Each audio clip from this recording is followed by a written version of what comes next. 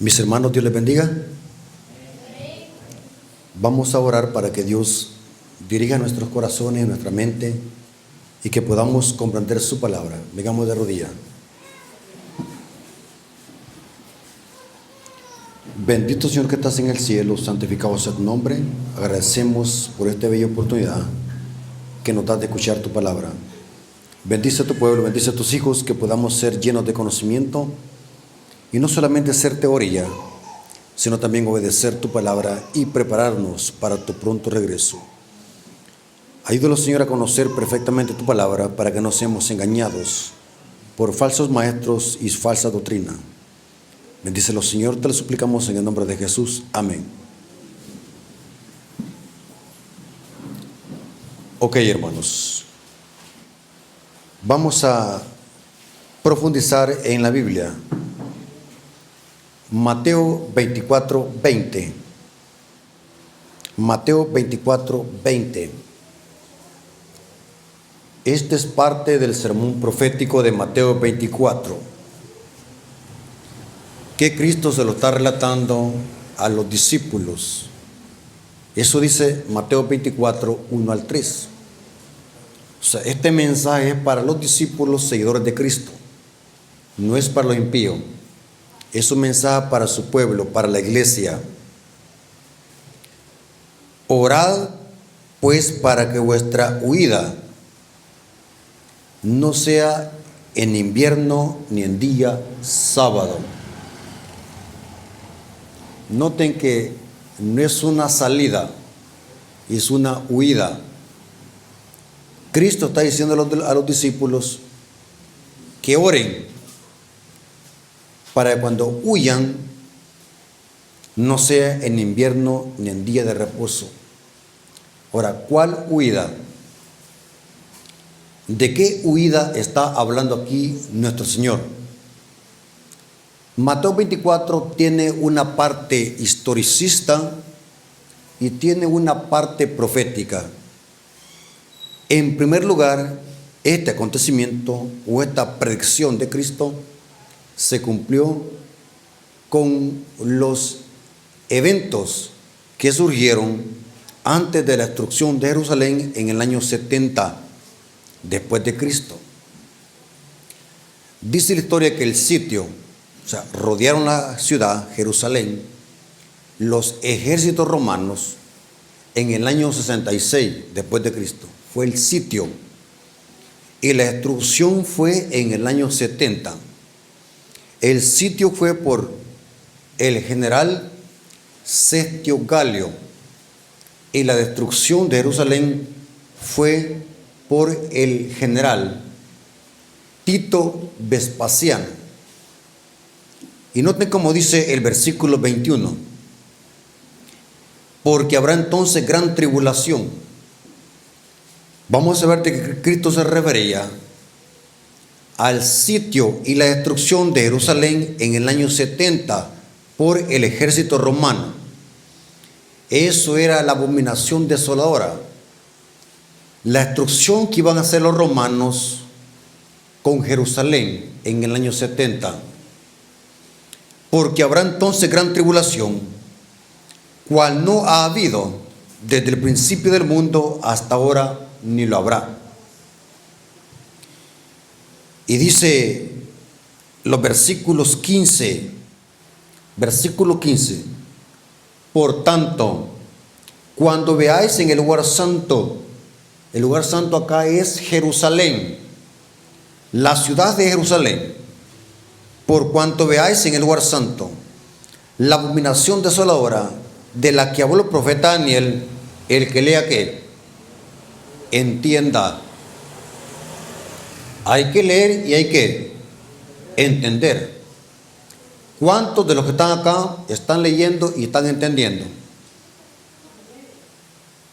Porque si usted no está entendiendo, hay problema. Porque aquí dice claramente, el que lea, entienda. Así que esperemos, hermanos, de que este tema lo podamos entender, porque es un tema que tiene que ver con salvación y con verdad presente. Noten, cuando se mirara la abominación desoladora de la que habló el profeta Daniel, y que esta abominación se iba a plantar en el lugar santo, que en este momento era Jerusalén, el que le entienda. Entonces, noten, los que estén en Judea huyen a los montes. Noten que cuando Roma, el ejército romano, rodeara a Jerusalén en el año 66 después de Cristo, iba a haber una señal para que los discípulos salieran a huir. ¿A dónde? A los montes. Entonces los que estén en Judea huyen a los montes, o sea que iban a salir inmediatamente de Jerusalén a los montes. Y el que esté en la azotea no descienda a tomar algo de su casa. Y el que esté en el campo no vuelva atrás para tomar su capa. Noten que iba a ser una huida, sin pensarlo, sin tardar. Pero ¿cuándo es que iban a huir?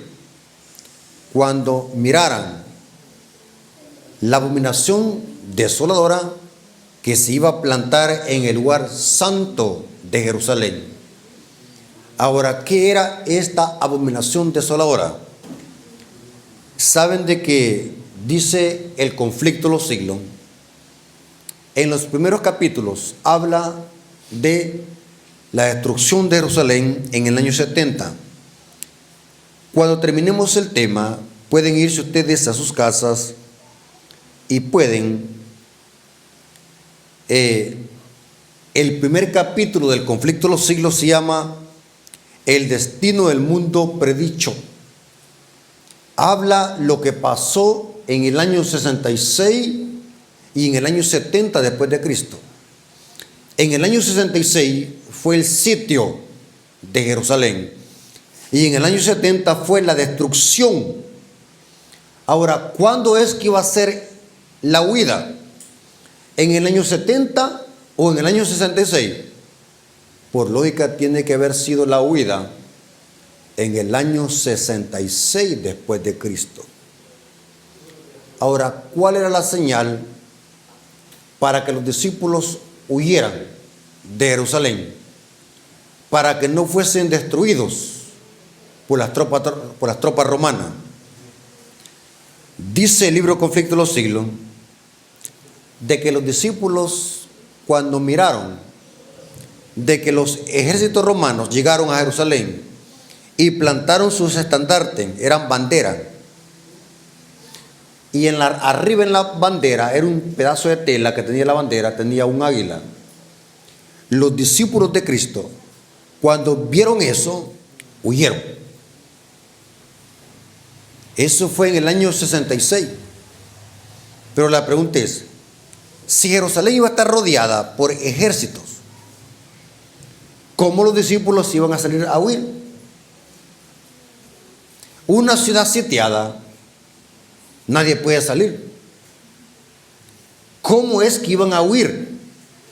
Porque Cristo dice, huyan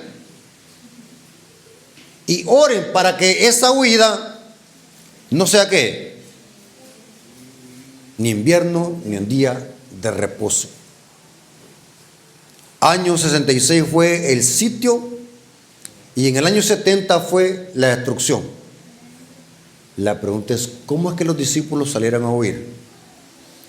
Dice el libro Conflicto de los Siglos en ese capítulo de que por un milagro de Dios las tropas romanas se retiraron en el año 66. Milagrosamente se retiraron. Es desde que los discípulos dijeron, este es nuestro momento para salir a huir, y salieron a huir. Este mensaje era solamente para los discípulos y los demás judíos se quedaron allí en Jerusalén. Pero es interesante, hermano, que en el año 70 ningún discípulo de Cristo murió por Roma, porque habían hecho caso a la señal. Cuando veáis en el lugar santo la abominación desoladora de la que habló el profeta Daniel, el que lea que entienda. La abominación desoladora eran las tropas romanas que iban a destruir a Jerusalén y la iban a sitiar. La abominación desoladora era otro nombre dado a el sitio de Jerusalén en el año 66. Ahora la pregunten, ¿por qué Cristo les dice a los discípulos: orad pues para que vuestra huida no sea en invierno ni en día de reposo? ¿Qué significa en invierno? ¿Qué significa en día sábado? Hay que orar para que vuestra huida no sea en día de reposo ni en invierno. Les explico. ¿Han escuchado ustedes, hermanos, que la mayoría de iglesias evangélicas, con qué mandamiento tienen problema? La iglesia católica y las iglesias protestantes, ¿con qué mandamiento tienen problema? El catolicismo romano rechaza 2 mandamientos, solo acepta 8. ¿Cuál mandamiento el catolicismo romano rechaza? El de la idolatría de las imágenes. ¿Por qué? Porque ellos tienen imágenes y no les conviene tener ese mandamiento en el catecismo, aunque en la Biblia lo tengan. ¿Qué otro mandamiento rechaza Roma y el protestantismo? El cuarto, que habla de la santificación del sábado. ¿Qué dice la mayoría de iglesias? ¿Qué dicen?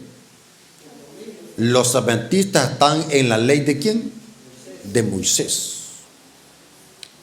Ese mandamiento era ¿para quiénes dicen? Para los judíos. Pero ¿saben cómo están confundidos ellos? Por eso es que Apocalipsis dice que están borrachos con el vino de Babilonia. Ellos dicen así: el sábado era para los judíos. Pero ¿por qué no aplican esa misma lógica a los otros 9 mandamientos? Si usted le pregunta a evangélico, ¿es pecado matar? ¿Es pecado adulterar? ¿Es pecado codiciar? Sí. ¿Es pecado que se case Adán con Esteban? Sí, es pecado. ¿Por qué? Porque la ley de Dios lo dice. O sea que automáticamente están diciendo que esos mandamientos debemos de guardarlos y cumplirlos. Pero ahora vienen con el cuarto y dicen, ¿se lo aplican a quiénes? Eso era para los judíos. ¿Y los otros 9 por qué no? Si esto fue para los judíos, entonces estamos libres de practicarlo. Y al mismo tiempo se contradice. No hay que quebrantarlo. Entonces, pónganse de acuerdo. ¿La ley sigue vigente o no? Porque ellos tienen problemas solamente con ¿cuál mandamiento? Con el sábado. ¿Qué otro argumento dicen? Para atacar el cuarto mandamiento, ¿qué argumentos usan? ¿Qué dicen? El sábado era ley de Moisés. ¿Qué otro argumento usan? El sábado quedó clavado en la cruz. Dígame usted qué otros versículos tuercen para atacar el cuarto mandamiento. Cristo nuestro reposo es. Y tuercen el versículo. ¿Qué otro argumento usan? Hoy estamos bajo la ¿qué? La gracia, dice, no bajo la ley. Eso era para los judíos.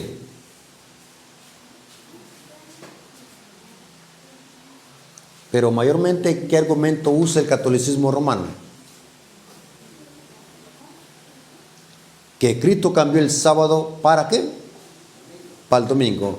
Y que hoy se debe de guardar el día domingo en honor ¿qué? A la resurrección. ¿Es verdad eso, hermano? Ahora, yo les dije que leyéramos Mateo 24:20. Orad pues para que vuestra huida no sea en invierno ni en día de reposo. Yo les dije en esta clase, ¿cuándo se cumplió esto? La instrucción fue en el año 70. ¿Cuándo fue que Cristo relató este sermón? Año 31. Este sermón profético de Mateo 24, Cristo lo relató en el año 31 de nuestra era. Pregunto, al año 70, ¿cuántos años habían pasado ya?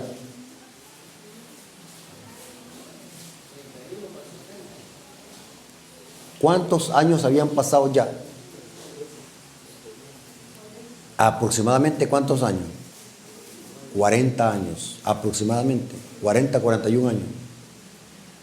Pregunto, 40 años después de la resurrección de Cristo, porque también la resurrección y muerte de Cristo fue en el año 31, en nuestra era, ¿qué día iban a estar guardando los discípulos después de 40 años?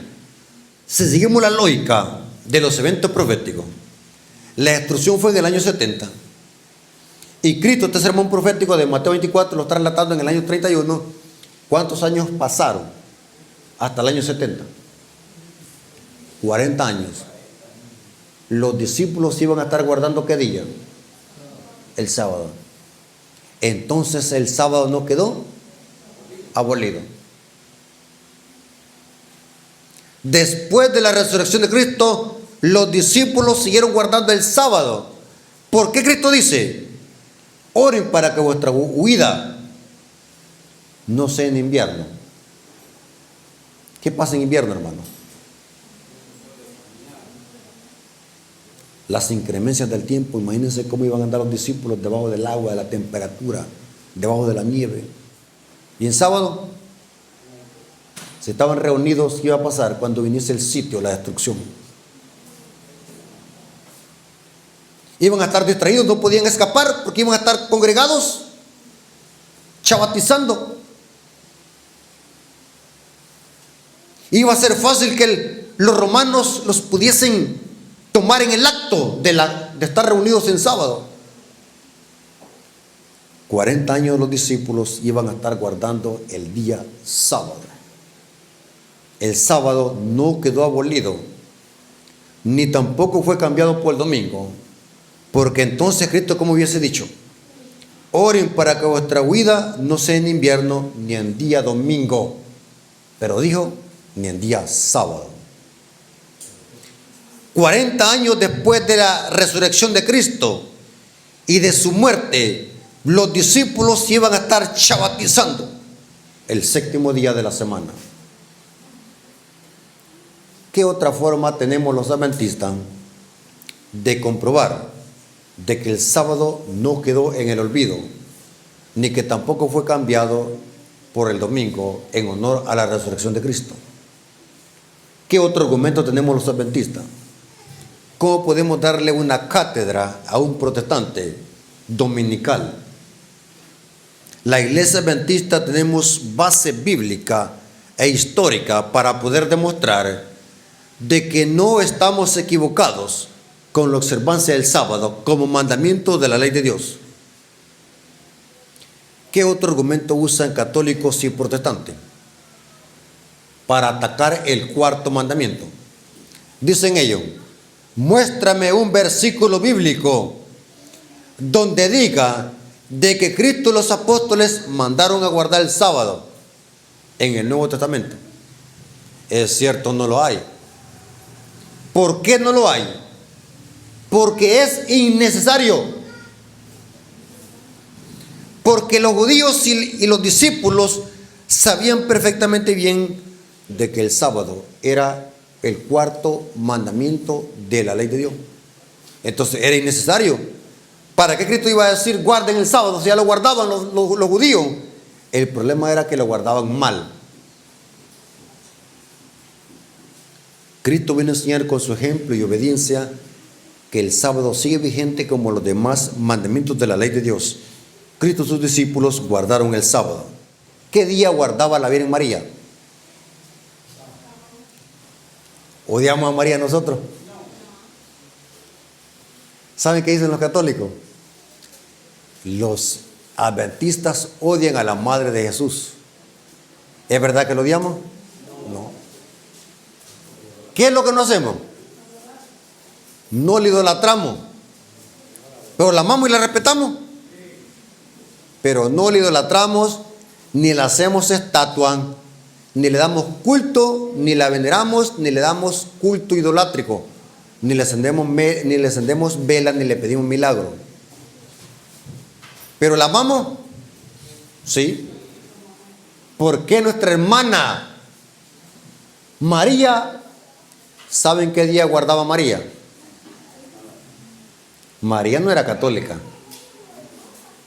Fíjense que los católicos aman tanto a María que le han puesto más de 7,000 nombres a nivel mundial. ¿Cómo le llaman a María? Virgen del parto, Virgen del dolor, Virgen de la semilla. ¿Cómo dice, hermano? Virgen de la loma, Guadalupe, Virgen morena. Le ponen un montón de nombres. ¿Pero por qué le ponen tantos nombres? Porque le dan culto idolátrico. Si en la Biblia solamente encontramos María, Madre de Jesús, pero hay tantos nombres que le han puesto. ¿Cómo se llama aquí en Malacatán la Virgen María, hermano? ¿Cómo le han puesto a María? María Santa Lucía. El catolicismo ama tanto a María que se fueron al extremo. Le han dado títulos blasfemos y heréticos. ¿Cómo le llaman hoy? ¿Cómo le llaman a la Virgen María los católicos? Madre de Dios. ¿Es verdad que María es Madre de Dios? ¿Qué otro título le dan? Reina del cielo. Mediadora. ¿Es verdad que María es mediadora? Intercesora. Está en el cielo reinando con Cristo, dicen ellos. Aman tanto a María que le han dado títulos blasfemos. Pero ¿sabe, hermanos, María qué día guardaba? Cuando se terminó el vino, fueron a ella. Los católicos dicen que es la intermediaria, porque no fueron de Jesús. Ahora, permítame. Por eso, hermanos, tenemos que a los católicos saberles explicar la Biblia. Si usted y yo no lo sabemos explicar, a un católico no lo vamos a sacar del engaño. Escuchen. Oigan bien. Yo no puedo usar un texto bíblico sacado de contexto para defender una doctrina y una blasfemia. Pregunto, María cuando hizo eso, ¿estaba muerta o estaba viva? Estaba viva. ¿Fue un caso inusual o se hacía siempre? María siempre iba donde Cristo a pedirle cosas. Fue un caso inusual. Un caso inusual. Apliquemos eso hoy en día. ¿Cuánto creen de que yo puedo interceder por usted, hermano, ante el Padre? Hablando en el sentido de orar por usted. ¿Saben que sí? La Biblia dice que sí. Orad unos por otros, la oración del justo puede. Mucho. Vivo. Aplicación espiritual. Yo puedo orar por usted para que Dios haga una obra en usted. Y de esa manera estoy sirviendo como un tipo de mediador, intercesor, pero estoy vivo. Oren unos por otros. Inclusive dice Pablo que somos embajadores, como que si Dios rogase por medio de nosotros. Somos un tipo de mediador. Cuando predicamos el evangelio estamos sirviendo como un tipo de mediador entre el impío y Dios, para que el impío vuelva a Cristo, pero Dios nos está usando a nosotros, somos como embajadores. Dios ruega por medio de nosotros, dice Pablo. Somos embajadores. Lo que pasó con María fue un caso inusual. Ella estaba viva. Y fue la única vez. Y esto pasó en la tierra, no en el cielo. ¿Están conmigo? Pero la pregunta es, ¿qué día guardaba la Virgen María? Y seamos sinceros, hermanos, seamos sinceros. No le busquemos 5 patas al gato. Si María estuviera viva con nosotros, seamos sinceros y conscientes, ¿en cuál congregación se congregaría? Seamos sinceros. Y yo a los católicos los pongo entre la espada y la pared. ¿Saben de que una vez fui a darle estudio bíblico a una catequista, ¿cómo le llaman a las que dan catecismo? Catequista. Pero de esa veterana, tenía la señora como 60 años. Ahí había nacido en la iglesia católica, era catequista. Dirigía un grupo. Nadie le había aceptado estudio bíblico, porque hay hermanos que son repugnantes, no pueden hacer contacto. Y ese es un don, hacer contacto con las personas. Nadie había aceptado el estudio de los adventistas, a ella. Ella no había aceptado los estudios de los adventistas, porque allí tenían mal testimonio los adventistas en esa comunidad. Y yo fui a trabajar de obrero bíblico allí. Y fui a buscar a la señora, y la señora me aceptó el estudio bíblico. Le di las 20 lecciones de escuela sabática, de la fe de Jesús, se las di. Al principio ella dudaba, pero ¿sabe qué método usé? Lo que buscamos no es que usted salga a la iglesia. La felicito porque está en la iglesia católica. Muy bien. Eso le gustó a ella cuando le dije, la felicito porque está en la iglesia católica. No buscamos sacarla ahí, sino que lo que queremos es aprender. Yo quiero aprender de usted, yo quiero aprender. Y podamos conversar de la palabra. Yo quiero que usted me enseñe. Así que la señora, siempre que yo llegaba, me aceptó el estudio. Y ¿saben con cuál Biblia estudiábamos? Ella tenía una gran Biblia así grande, ¿ve? Con la Virgen de Guadalupe. Estas son las que me gustan. Y la señora se sintió feliz cuando le dije, esta que tengo yo casi no me gusta, la Biblia que tengo yo, le dije, esta que usted tiene me gusta. Le gustó a la señora. Así que guardé la mía. Siempre que yo llegaba, yo no sacaba mi Biblia, no, que estudiábamos con la Biblia de ella, una Biblia así grande, ¿ve? Con la Virgen de Guadalupe, y tenía la cara del Papa Juan Pablo II ahí. Y empezamos.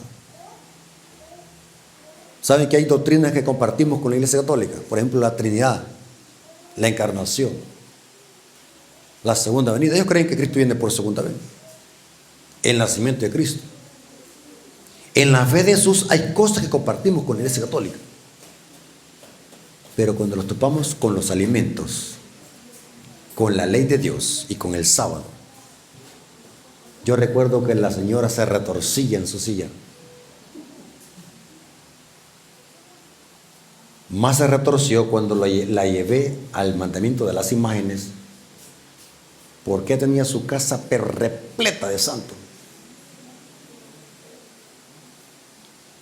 Pero recordemos de que ya habíamos llegado, ya habíamos avanzado, ya había agarrado confianza conmigo. Llegamos al tema de las imágenes y yo le hacía preguntas inquisidoras. ¿Este mandamiento está vigente o no? La ponía en que pensar. Ella contestaba, tardaba en contestar, pero contestaba, sí sigue vigente. ¿Por qué? Porque es la ley de Dios. Pero ¿por qué en el catecismo no aparece? La ponía entre la espada y la pared. ¿Por qué en el catecismo no aparece este mandamiento? No hallaba que responder.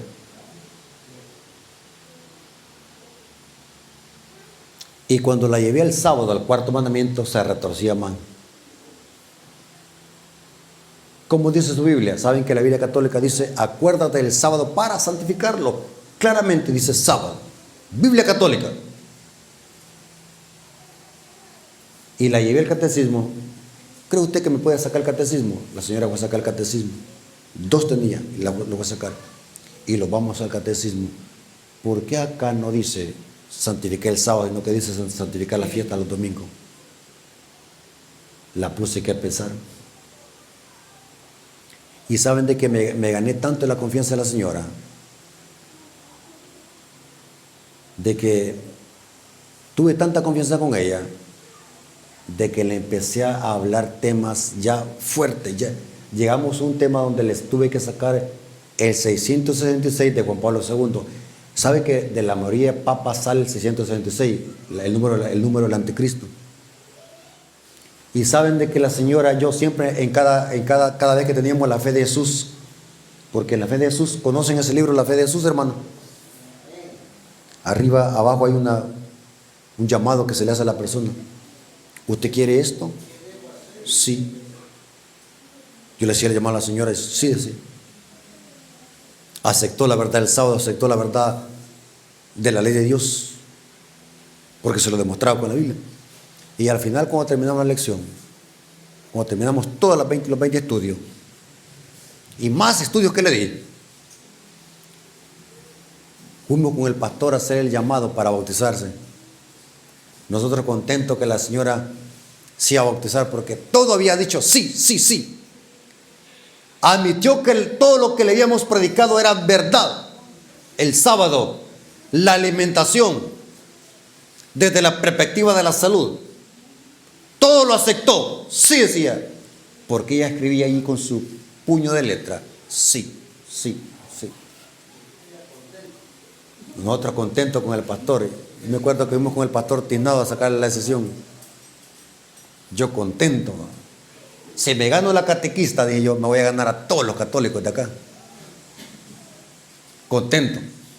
Hay que tener una mente positiva, confiando en que Dios había hecho la obra. Llegamos con el pastor y le hacemos el llamado a la señora. Venimos felices, queremos hacerle una invitación. Sí. ¿Qué clase de invitación? ¿Va a haber comida? ¿Va a haber casamiento? No. Queremos invitarla a que entregue su corazón a Cristo a través de las aguas bautismales. Y yo me acuerdo que después de que platicamos por 20 minutos, ¿saben qué es lo que dijo la señora? Yo pensé que iba a decir sí. ¿Y saben con qué palabra respondió? Dijo así. Yo me acuerdo, hermano. He reconocido que la iglesia adventista es la iglesia verdadera de la Biblia. Jamás alguien me había dicho estas verdades como me las ha presentado la iglesia adventista. Porque esa señora me hacía miles de preguntas y todas se las contestaba con la ayuda de Dios. No había ninguna pregunta donde yo no se la contestaba. Solo faltó que le sacara mi cerebro de la mente y se lo pusiera en un plato para que se lo comiera. Le di toda la información.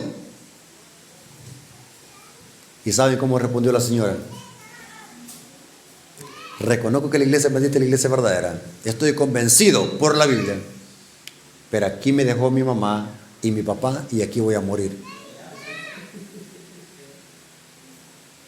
Pero la señora, hermano, ¿fue cartucho desperdiciado? No, porque se le predicó ¿qué? El evangelio. No nos equivoquemos, quitémonos esa mentalidad diabólica. Hermano, hubo una campaña evangelística, ninguna alma salió. Ah, el predicador está en pecado. Fracasó la campaña. ¿Saben que hay hermanos que tienen esa mentalidad diabólica? ¿Cuántos creen de que Noé fracasó? ¿Predicó cuántos años? Pregunto, ¿cuántos se salvaron? 8, pero eso no los evangelizó Noé, porque eran de su propia familia. Ninguna alma se ganó, pero fracasó Noé, porque predicó. Dice que fue pregonero de justicia. Pero la señora aceptó de que María, la madre de Jesús, no era católica, era una fiel adventista del séptimo día. María era una fiel guardadora del sábado. María no era católica. Ahora, yo les dije que leamos lo que dice Lucas 23, 53 al 56. Desde el versículo 54 leamos al versículo 56. Lucas 23. Dice, ¿y era el día de qué? De la preparación. Esto es víspera de la Pascua. Porque cuando Cristo murió el viernes, se juntó el sábado ceremonial de la Pascua y se unió con el sábado semanal del séptimo día. Parece que se juntaron los dos sábados, el sábado de la Pascua, el sábado ceremonial de la Pascua y el sábado semanal séptimo día. Era el día de la víspera de la Pascua y estaba para rayar el sábado. Y las mujeres con las que habían venido desde Galilea siguieron también y vieron el sepulcro y cómo fue puesto su cuerpo, y vueltas aparejaron drogas aromáticas. Otra versión dice ungüentos aromáticos, era una costumbre, y reposaron el domingo conforme al mandamiento. ¿Qué día guardaba María? El domingo. ¿Verdad que el domingo guardaba? Ahí dice, reposaron el sábado conforme al mandamiento. Ahora, ¿saben quién escribió el libro de Lucas? Lucas. ¿Quién era Lucas? Médico, doctor. Lucas era de los 12 apóstoles. Lucas era de los 12 discípulos. No. ¿En qué año Lucas escribió este libro? El libro de Lucas. ¿Saben de qué dice la historia? Esto lo pueden googlear.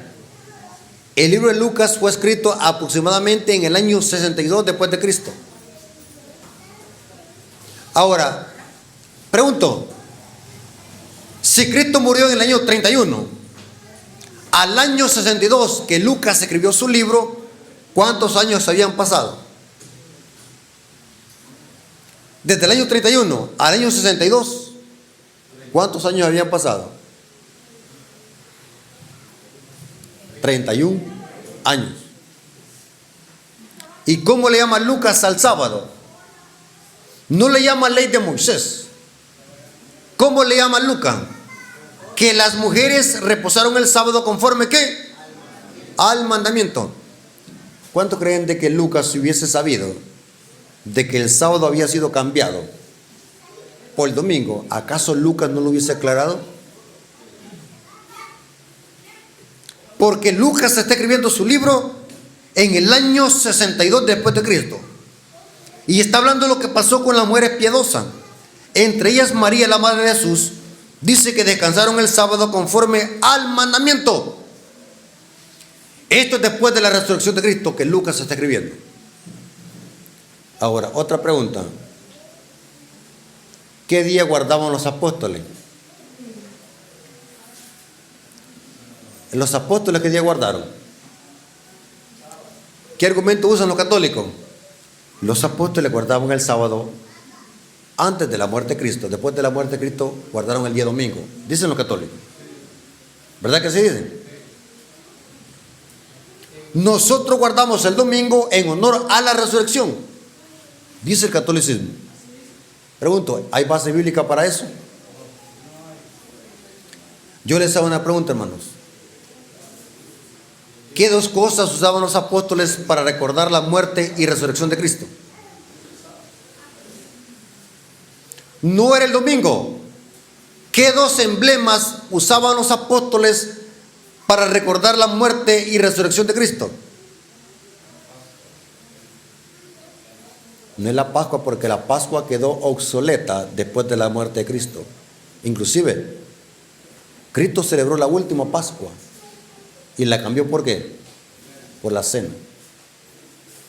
Entonces, ¿qué monumento o qué emblema usaban los apóstoles para recordar la muerte y resurrección de Cristo? La cena.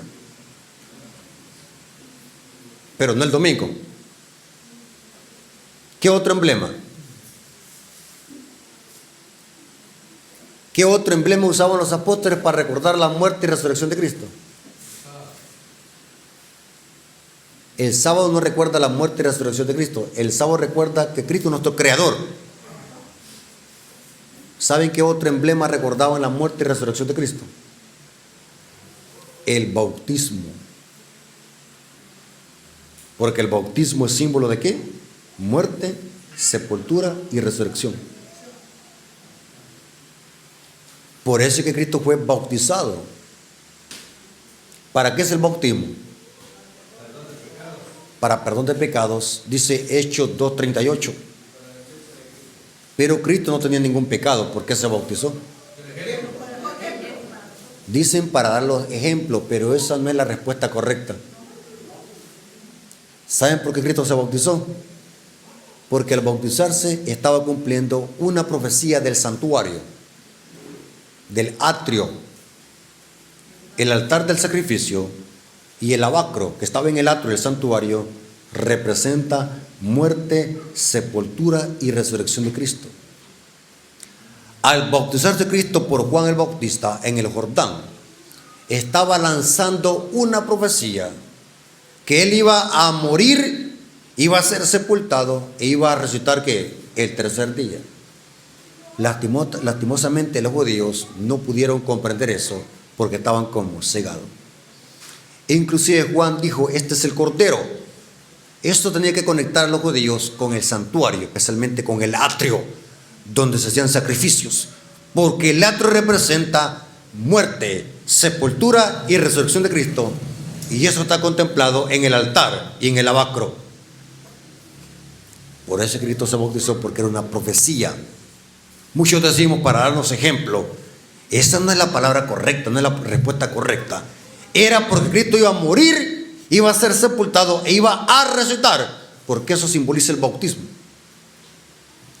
Pero nunca lo hacían con el domingo. El domingo era un día común de trabajo, el primer día de la semana. Saben, hermanos, que en el libro de Hechos de los Apóstoles, escuchen, en el libro de Hechos de los Apóstoles hay más de 58 versículos que hablan de que los discípulos se reunían con judíos y gentiles los sábados para estudiar la Torá, las Escrituras, la ley y los profetas.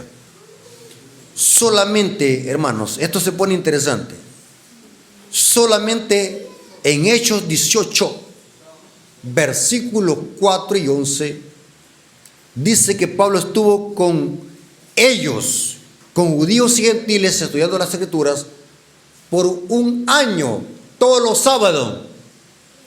Pregunto, en un año, ¿cuántos sábados hay? Porque Pablo estuvo un año y 6 meses, dice Hechos 14, versículos 11. Lean. Dice que Pablo estuvo un año y medio estudiando las Escrituras todos los sábados conforme a su costumbre.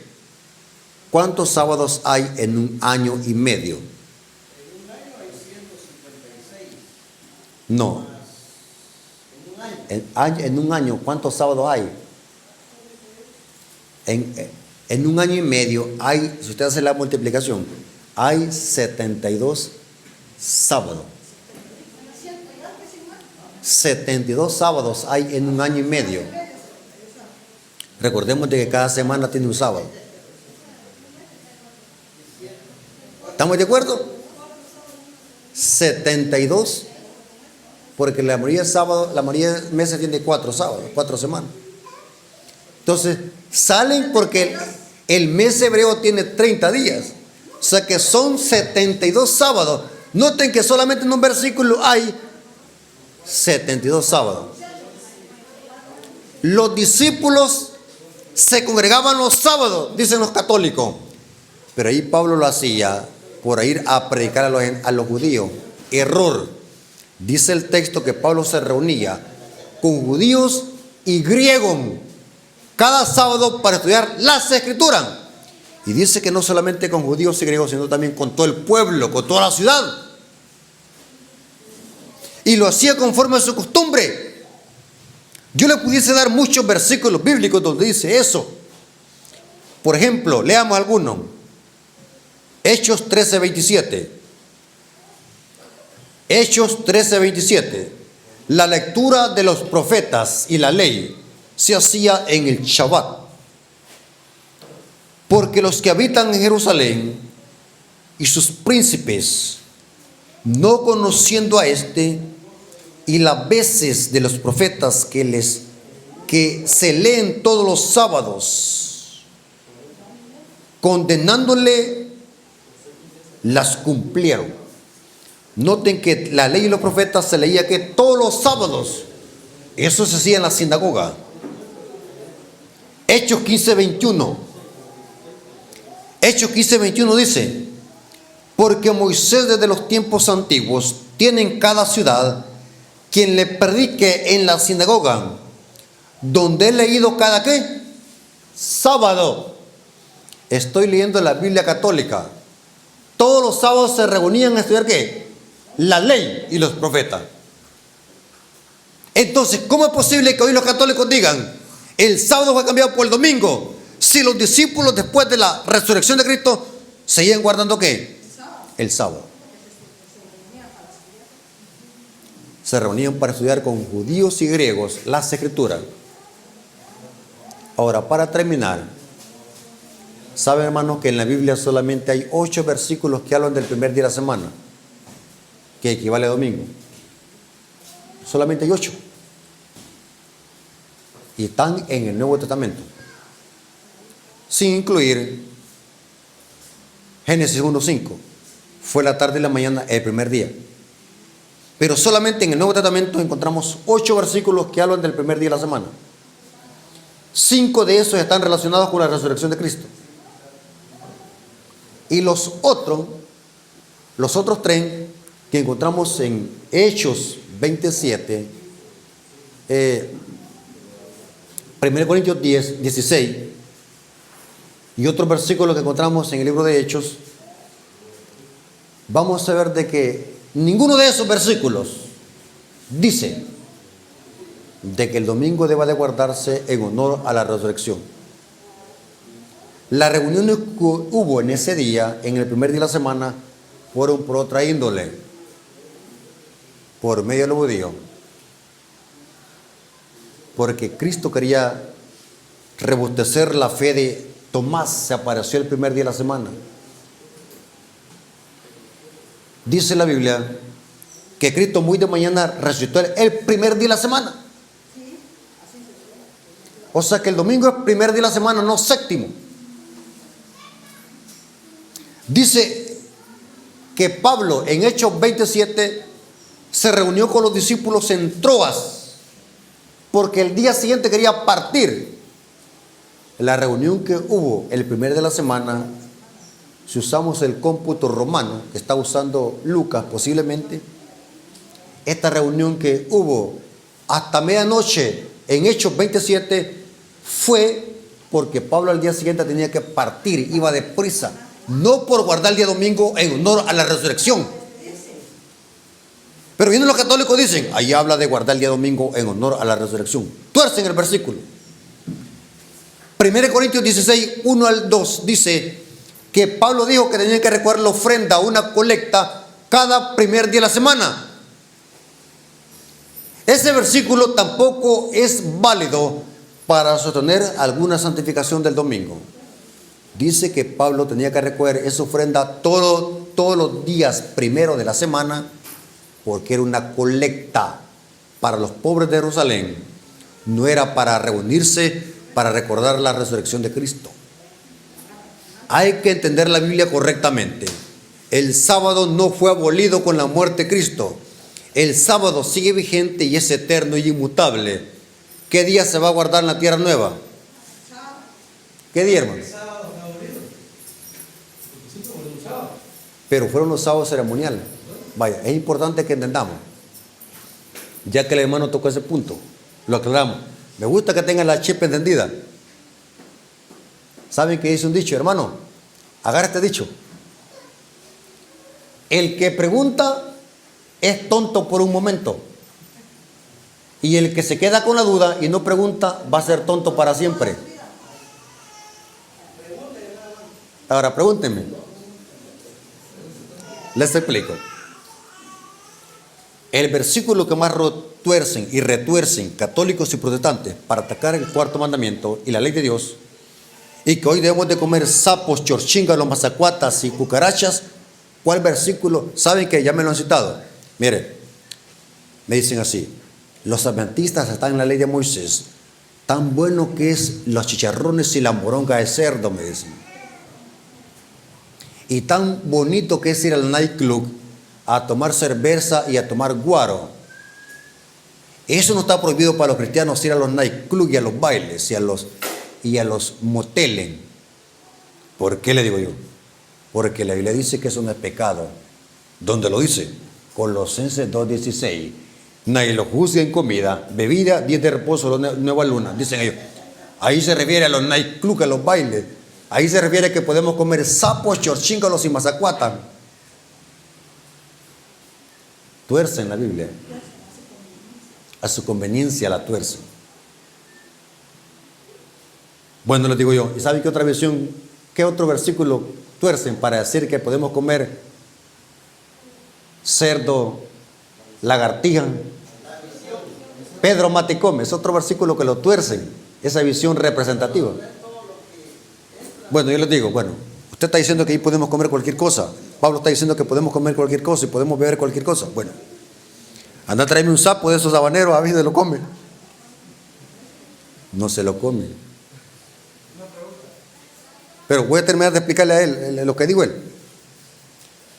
Cuando Pablo dijo, nadie lo juzgue en comida o bebida, era porque los judíos hacían libaciones. Libaciones eran que con los sacrificios ofrecían bebidas y comidas. Eran bebidas y comidas ceremoniales. Libaciones. Cuando había un sacrificio derramaban vino. Eso se llamaba libaciones, esa práctica. Eran comidas ceremoniales. No está hablando de comidas inmundas. Yo tengo 3 clases en mi canal. Hermanos, en lugar de que esté viendo TikTok, vean mis videos en mi canal. Yo sé que van a aprender. Mi canal se llama Apología Adventista en YouTube. Tengo miles de sermones ahí, buenísimos, profundos y sólidos de Biblia. Suscríbanse y vean los videos. Escuchen. Nadie lo juzgue en días de reposos. Se refiere a los sábados ceremoniales. Aparte del sábado del cuarto mandamiento, los judíos tenían otros sábados que podían caer en cualquier día de la semana. Se llaman sábados ceremoniales. Están en Levíticos 23. Cada fiesta solemne tenía un sábado al inicio y otro sábado al final. Y podían caer en cualquier día de la semana. Se le conoce como sábado, Shabbatón. Sábados ceremoniales. Pero podía caer el sábado final, el día sábado del Correcto. Por ejemplo, cuando Cristo murió, yo expliqué en esta clase, cuando Cristo murió se juntó el sábado ceremonial de la Pascua con el sábado semanal. Se juntaron los dos. Por eso es que dice, Juan 19:30 dice, y aquel día era el día de gran solemnidad para los judíos, porque se juntó el sábado de la Pascua y el sábado semanal. Con la muerte de Cristo, a esos sábados ceremoniales se les puso fin. ¿Por qué? Porque encontraron la realidad en Cristo. La Pascua, la fiesta de los panes sin levadura, el Pentecostés. Pero no el sábado semanal del 7º día.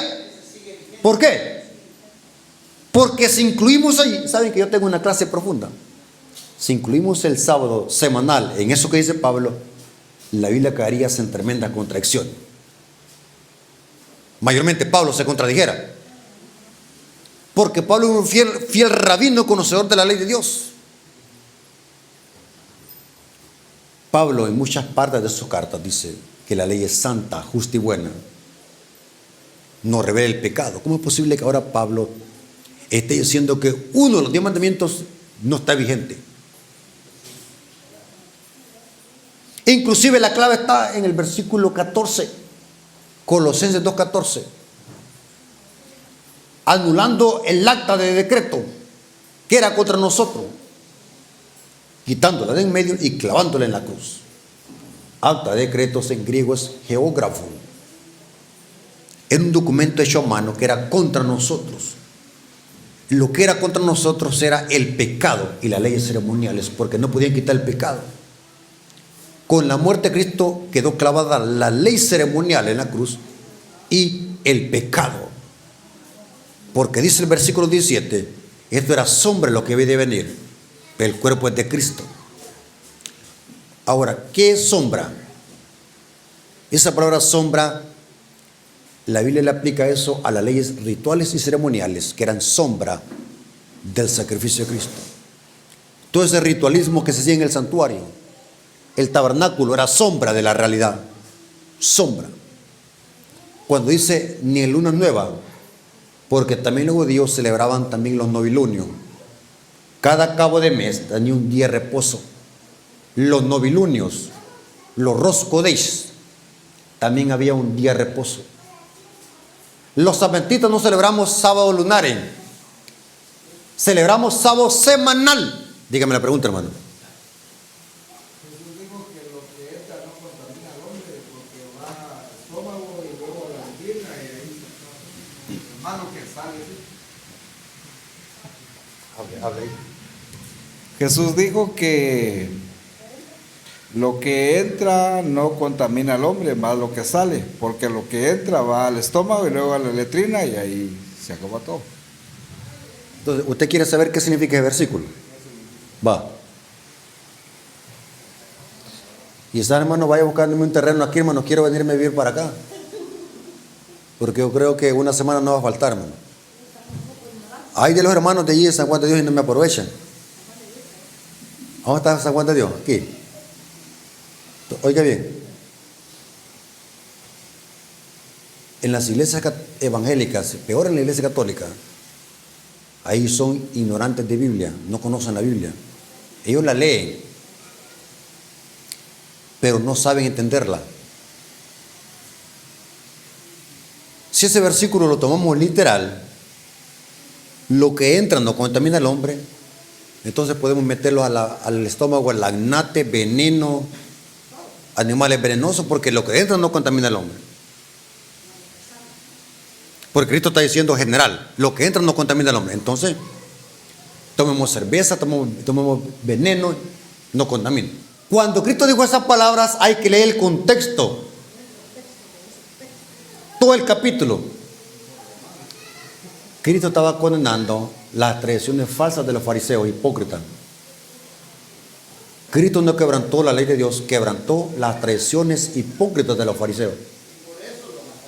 Los fariseos tenían una tradición absurda que ellos se la habían inventado. Tenían mucha.